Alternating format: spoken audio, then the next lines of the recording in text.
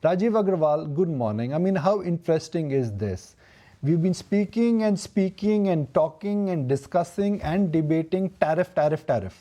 But if today's implied GIFT Nifty is anything to go by, we would go back to March end levels. How amazing is the strength?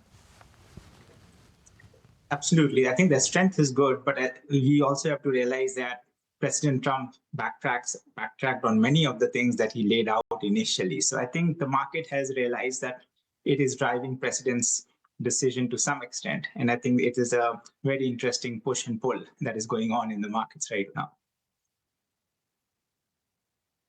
Rajeev, hi, morning. Many are questioning whether, this 90-day reprieve that's come in on tariffs, is that a full policy reversal or not? And I think that's sort of keeping the markets a little bit still in the limbo. I do think the markets will remain volatile. I think Trump has recently talked about he exempted some of the semiconductors and phones and all that. But he's saying, oh, well, there will be another tariff on semiconductors and electronics and so on.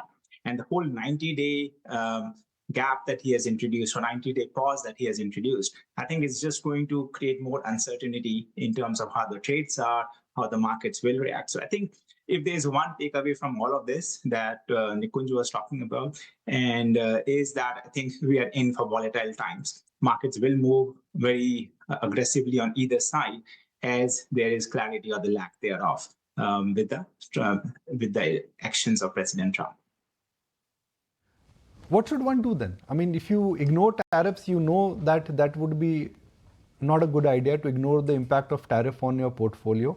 But if you just make that as the only point for decision making, then you also refrain from participating in this market. So what should our viewers do?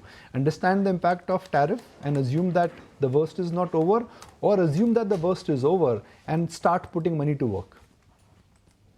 So I would say that tariffs is really more of a sideshow, Nikunj. I would expect that even if tariffs come, and I was actually reviewing some information recently, even if there is tariffs, how much of that impact will be on Indian economy? And there is this study which says a 10% tariff reduces India's GDP by around 0.15% in 3 years. So really, tariffs are not going to have a significant impact in terms of how India's GDP will do.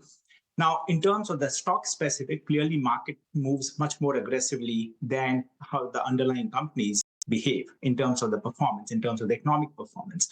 So I would say the viewer should decide if they're comfortable with the volatility, because I think volatility will be there. But if you have the ability to take advantage of that volatility, I think it's a great time. So figure out who you are. Are you somebody who understands the business, understand the valuations, and therefore can go in when the market gives you good prices? Then definitely this is one of the more interesting markets. So Rajeev, what is it that you've been buying here in India in the recent decline? So actually, we have been much more focused on sectors which are domestically focused, because those are the sectors that are not going to be impacted as much.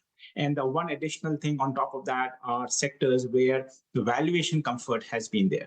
And one of the things which we have talked about a few times has been on the lending side. So lending continues to be a sector which we believe should do well, given India's credit needs. The second sector that we actually like, and which has come off quite a bit in the last few quarters, has been capital markets. As the markets have come down, suddenly everybody thinks that the capital market players will not do as well. And so that is another sector that we like, which I think will continue to do well over the next few years. Okay, Rajeev, good to be speaking with you. Thanks for your time as always. Sure. Okay, that's the word coming in from Rajeev Agrawal from Doordarshi Fund India. If you like this video, then like, share and subscribe to ET Now.